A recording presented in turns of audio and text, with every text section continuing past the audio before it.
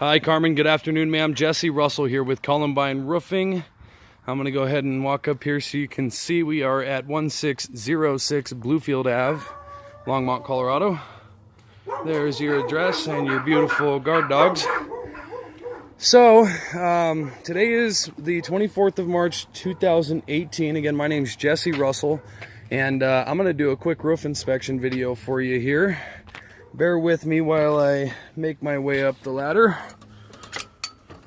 So the very first thing I'd like to point out to you folks through the use of this video is the sand-like buildup in the gutters. As you can see, it's fairly consistent. This is known as granule loss, and it's really just the first indicator that's going to give testament to the fact that you've had wear and tear on the roof, and then ultimately to the age of this roof itself. The next thing I'd like to detail here at the eave is your lack of drip edge flashing. Drip edge flashing by building code in this jurisdiction is a 2x2 inch L-shaped flange of metal that would go 2 inches down over the face of the gutter, 2 inches up below the shingle. What this does is simply encapsulate the edge of the home and protect you against wind-driven rain, ice damming, and ultimately water migration at the eaves and the rakes of the home. If you'll notice, there's actually a huge gap here in between your fascia board here and then the decking underneath that actually starts the roof, so that drip edge flashing actually encapsulates that area and allows protection from water making its way into the soffit.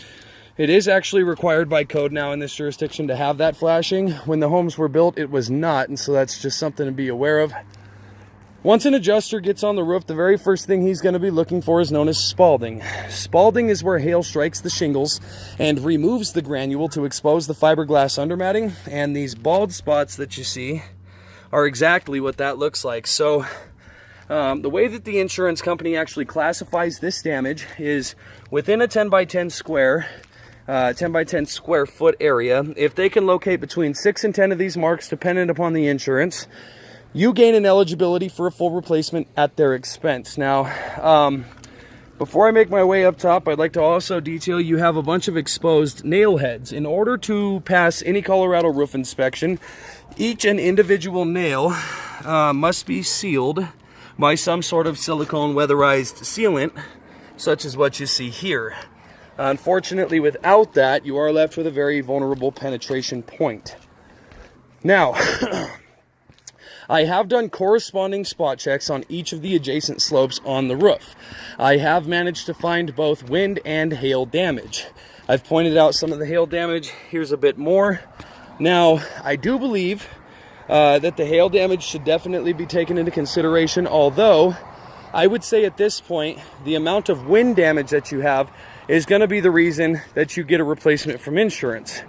Moving on to this plane over here, I began to number the missing shingles or the lifted shingles that you have, and then there were so many, I ended up just putting X's on each of them. Every single one of these pink marks is either a fully cured and lifted or fully removed and ripped off shingle. Now, I'll give you an idea how this works. If you'll notice this shingle here, it should be like this. What happens is, over time, the thermal adhesive that holds these shingles down actually cures. The wind rips them up and leaves you a very vulnerable point on the roof. This strip used to be an adhesive, a glue. Unfortunately, the thermal adhesive has cured, and the damage from wind on your roof is extensive. So I believe, in my professional opinion, you guys have a really good shot at an approval for a full replacement with insurance, and ultimately, it is definitely time that you know what your options are. So, again, my name is Jesse Russell. I am a project manager with Columbine Roofing. Thank you again for the opportunity to bring you up to speed as to the current status of the roof. You guys have some missing shingles on this portion also, just to be aware of that. But overall, I believe that's all I really need to detail to you here, and I am going to go ahead and sign off. Thank you.